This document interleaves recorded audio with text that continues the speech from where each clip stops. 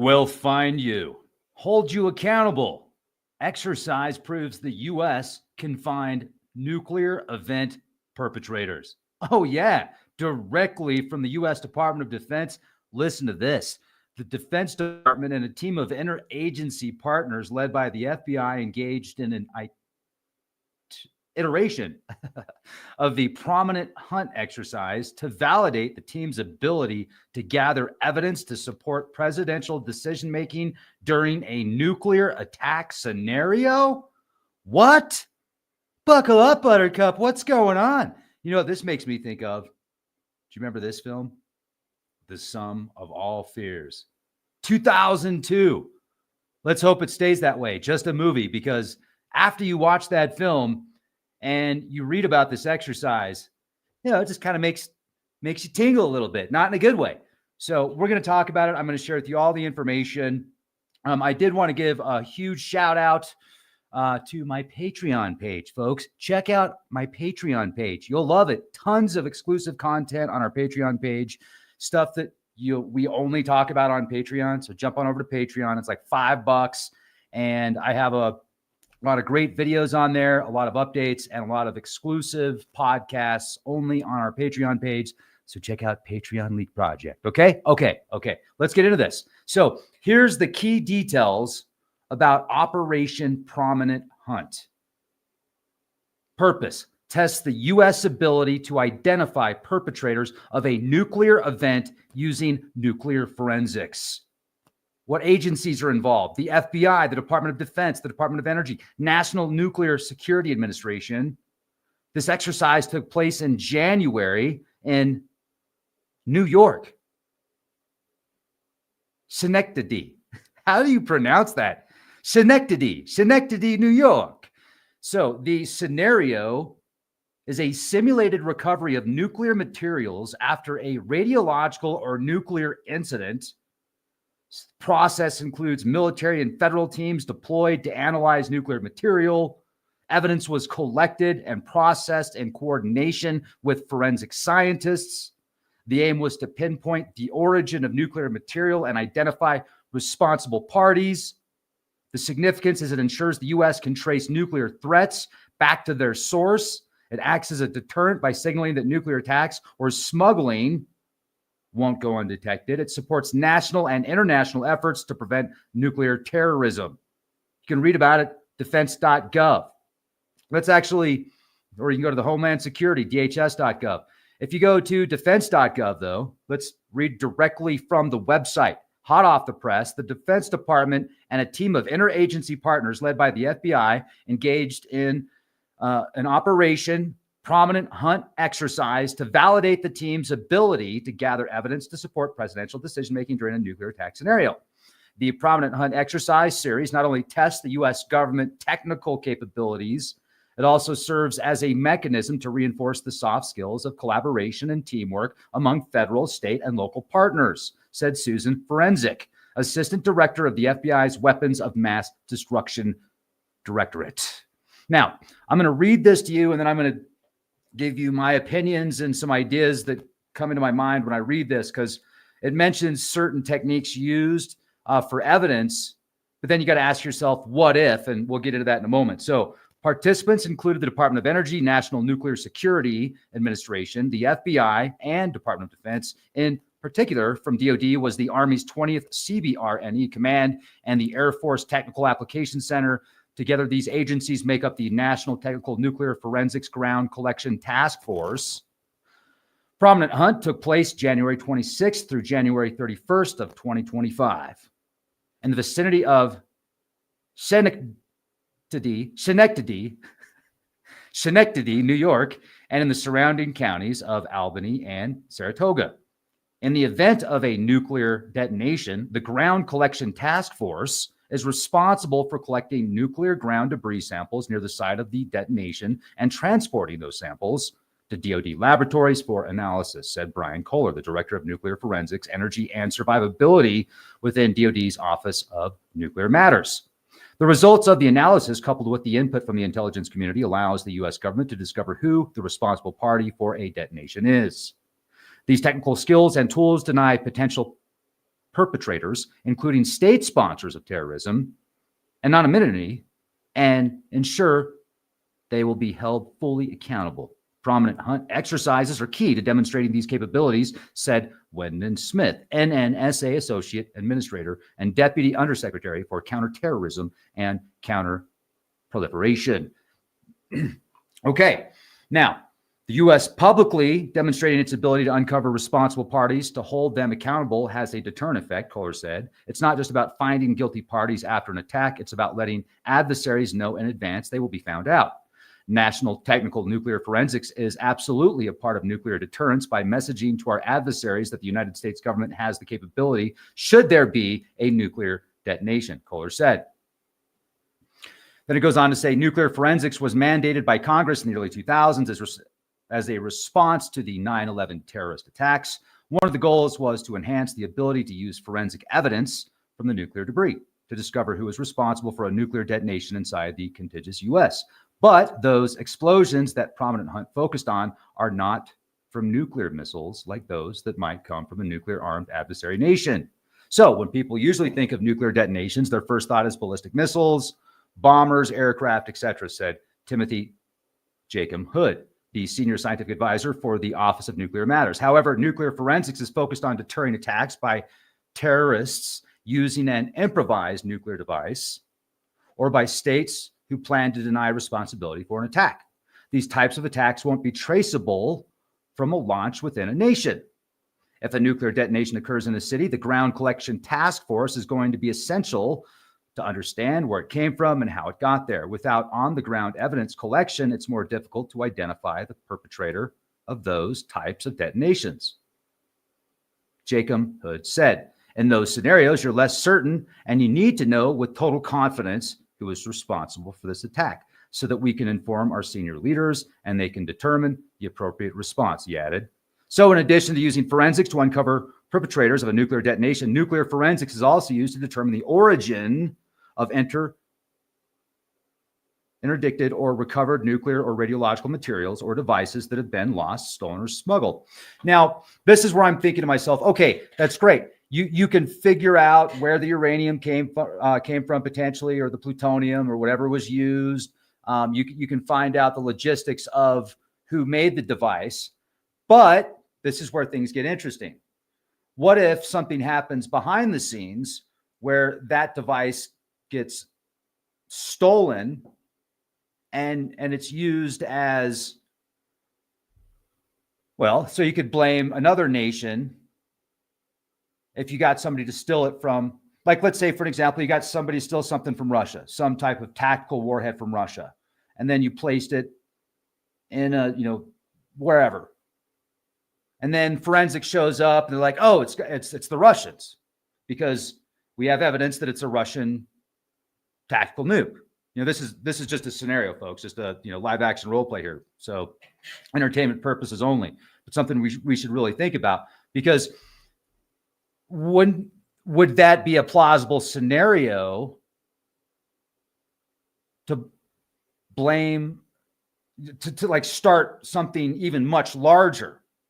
Anyway, so that was just what was going through my mind. So you've got forensics uncovering the perpetrators, hopefully, of a nuclear detonation, if one is to happen. And then there's radiological fingerprints. After such a detonation, the ground collection task force sets to work collecting evidence needed to help find those responsible. In particular, Jacob Hood said that what they are looking for is radioactive debris that can be analyzed. The unique signatures of the uranium or the plutonium can help determine what nation created it. We're looking for those radiological fingerprints, those things that are unique to different countries, to be able to point back to where the nuclear weapon came from, he said. In some cases, he said, it's easier to identify that some radiological material could not have come from a particular nation. Even eliminating potential nations enables the intelligence community to be more successful in determining where radiological materials did come from. I watch a lot of spy movies, okay? I'm just saying. I watch a lot of these espionage films, man. But to gather radiological evidence, the ground collection task force must know where to look. And part of the team's capability is predicting the best place to look for evidence. When a nuclear detonation occurs, you see the traditional mushroom cloud, and in that cloud are the debris that you want to collect, Jacob Hood said. But we need to do various models of the detonation and the local weather to determine where the best debris is going to fall. That effort involves gathering information about where the explosive device was, when it was detonated, how big of a yield it is, or how big of a yield it was, and then comparing that with weather models to find which direction based on the wind and wind speeds so that a determination can be made about the best place to collect debris. The Air Force Technical Applications Center is using that to know where to send the 20th CBRNE collectors, Jacob Hood said. They're going to multiple locations to get a range of different samples that are then used back at the labs to determine through various scientific processes what the original device was. It's not just ground collection of radiological evidence that happens. There are other avenues as well, he said. In a real-world situation, the Air Force also collects airborne debris using aircraft, and there also is input from satellite data. We're going to fuse all that data together, all the scientific data, and then combine that with intelligence data and put out all of these different puzzle pieces together to give our senior leaders an assessment of who perpetrated this attack, he said, and also success. Looks like they were successful. Now, also, I want to, let's take a moment here. Do you remember several months ago where there was a city hall meeting and one of the council members said, and this was in Escoda, Michigan, said, "Hey, don't be surprised if you see a bunch of, don't be alarmed if you see a bunch of FEMA trucks show up. Don't worry about it. It's normal. There's going to be a few hundred FEMA trucks. They're going to show up. They're just dropping off supplies. No big deal. Don't worry about it." And then somebody saw that. And they're like, "Don't worry about it. What are you talking about? What the hell's going on?" So it just goes blitz on the internet, and hundreds of thousands of people watch this video where this city town hall guys just like, "Oh yeah, no big deal. Maybe 300 or so semi trucks full of supplies for people are going to be here. Don't worry about it. It's cool." Well, there's an Air Force out there, and the Air Force there's an airport out there that is a decommissioned military base, and this airport still has a lot of very interesting aircraft come in and out of there, like unmarked kind of stuff. And I've got some, I have a friend out there right now, actually, that's looking for anything interesting.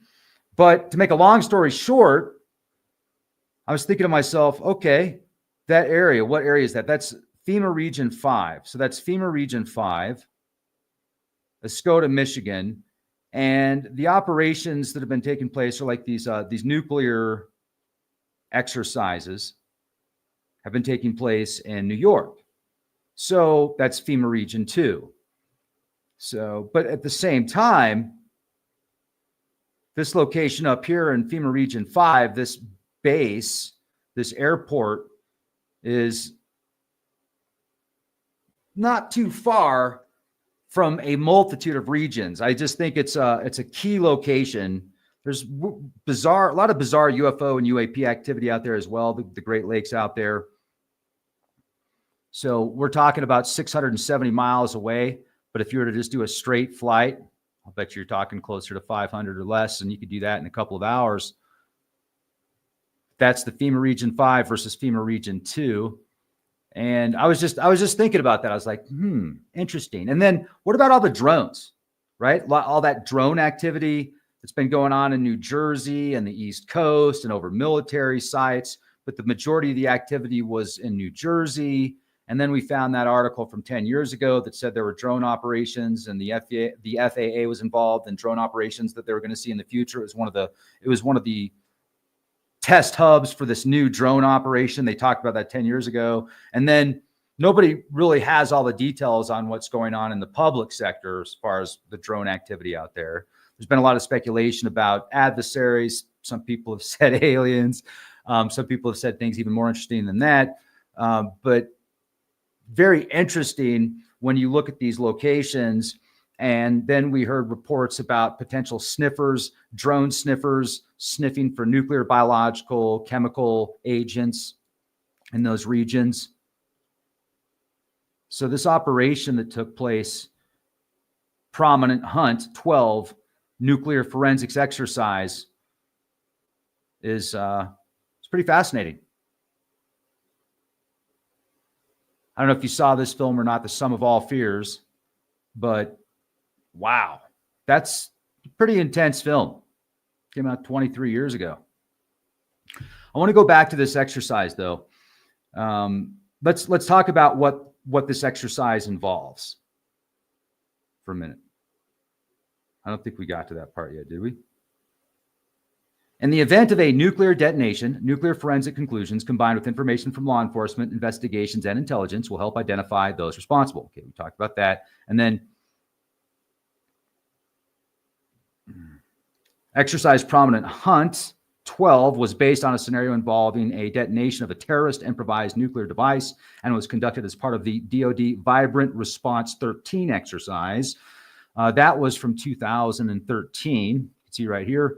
In 2013, a large-scale field training exercise conducted by the U.S. Northern Command primarily focused on testing military and civilian response capabilities to a simulated chemical, biological, radiological, or nuclear disaster scenario. Vibrant Response 13 signifies the specific iteration of the exercise that took place in 2013. Now we're in exercise prominent Hunt 12, and from initial notification of an attack, deployment of the site, collection of debris, ground samples, to the transport of the samples to a designated laboratory for nuclear forensics analysis, the exercise demonstrated the readiness of the GCTF, which is the Global Counterterrorism Forum, to respond quickly with little to no warning and to effectively execute its mission. The National Technical Nuclear Forensics Center with DHS, Domestic Nuclear Detention Office, led the planning for the exercise and facilitated its execution. The GCTF is part of the U.S. government NTNF program, which is National Technical Nuclear Forensics Center. There's so many acronyms. Program, which includes the Department of State and the Office of the Director of National Intelligence, in addition to DHS, the Department of Energy, FBI, and the Department of Defense. DNDO, Domestic Nuclear Detection Office, is mandated under the Nuclear Forensics and Attribution Act of 2010 to provide centralized stewardship, planning, assessment, gap analysis, exercise improvement, and integration for all federal nuclear forensics activities. Nuclear forensics helps the U.S. government to hold fully accountable any state terrorist group or other non-state actor that either supports or enables terrorist efforts to obtain or use weapons of mass destruction.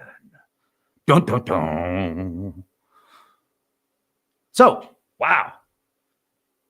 It was successful. The significance after the test, it ensured the U.S. can trace nuclear threats back to their source, acts as a deterrent by signaling that nuclear attacks or smuggling won't go undetected, supports national and international efforts to prevent nuclear terrorism. Now, I also want to share with you something that was shared with me 20-something years ago, about 22 years ago, 23 years ago, right around there, in the Northwest. I'm working in the Northwest. This guy I work with, he's like a computer geek, but he's pretty cool. And he used to be in the Navy. And he claims he was a part of the Star Wars project. Now, take it for what, I mean, he didn't prove it to me. I didn't prove that he wasn't. But he claimed at the time they were working on technologies that allowed satellites to detect uranium and other radioactive materials like plutonium from a satellite in outer space. And they could even track it underwater. So if that's true, then imagine how refined the technologies are where they could detect these nuclear elements. Now, with that in mind, the adversary could have a technology that blocks that radiation. It would act as some type of radioactive barrier, and potentially it could do so enough to hide the radioactive signature. I don't know. I'm just thinking out loud here, but that's very interesting if what he said was true, because it was so long ago. And yeah, very, very interesting. Also, President Trump has proposed significant changes to U.S. policy towards NATO, reflecting his America First stance. So he talked about reevaluation of NATO's purpose. Trump has pledged to fundamentally reevaluate NATO's mission, questioning its current role and effectiveness. And then conditional defense commitments. He suggests that the U.S. defense of NATO allies should depend on their defense spending, specifically meeting the 2% of GDP targets. Trump indicated he might encourage Russia to act against allies not meeting this benchmark. And Trump asserts that European allies treat us actually worse than our so-called enemies, accusing them of unfair trade practices despite U.S. defense support. During his first term, Trump reportedly considered withdrawing the U.S. from NATO, a move that could destabilize the alliance. And there's been growing discussion of the U.S. exiting NATO. How that would happen, I don't know. But it would be very interesting if it did, and I can share with you some information about that in a minute. I pulled something up. During his first term, we talked about that just a second ago, his stance has prompted discussions within NATO about raising defense spending targets with suggestions to exceed current 2% GDP guideline. And these have also raised concerns among NATO members about the future of the alliance. Potentially, the U.S. could withdraw from NATO. There have been reports indicating that Trump has considered withdrawing the United States from NATO, a move that could significantly alter the alliance's dynamics. AP News, Reuters. Now, if the U.S. was to leave NATO, it would have major geopolitical, military, and economic consequences for both the U.S. and its allies. Here's a breakdown. The U.S. is NATO's strongest military power, providing the largest defense budget, nuclear deterrence, and leadership.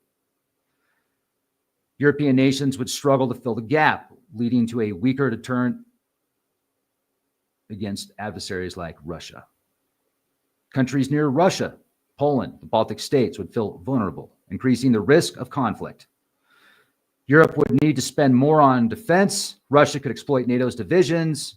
I mean, obviously, I think you probably know all this. We could do a podcast on this separate, but let's go back to Exercise Prominent Hunt 12. Based on a scenario involving a detonation of a terrorist improvised nuclear device. Glasses checked here. And it was conducted as part of the DoD Vibrant Response back in 2013. This is something they've been preparing for a very long time. And they actually have this exercise every 6 months. So I think that's smart. I think that's, obviously be prepared, not scared. But this is hot off the press. I wanted to share it with you. I want to read your comments in the comments section. Thank you very much for watching. Jump on over to our Patreon page. Got some great content on there, exclusive. And get your Boomer Boost. Get your Myotrol. It's back in stock. Gladiator Barley. BoomerBoost.com. Code REX20. And that gets you 20% off. And then you do the auto ship and you get an extra 10% off. It's freaking awesome. You'll love it. All right. Be the change you want to see, everybody. Thank you.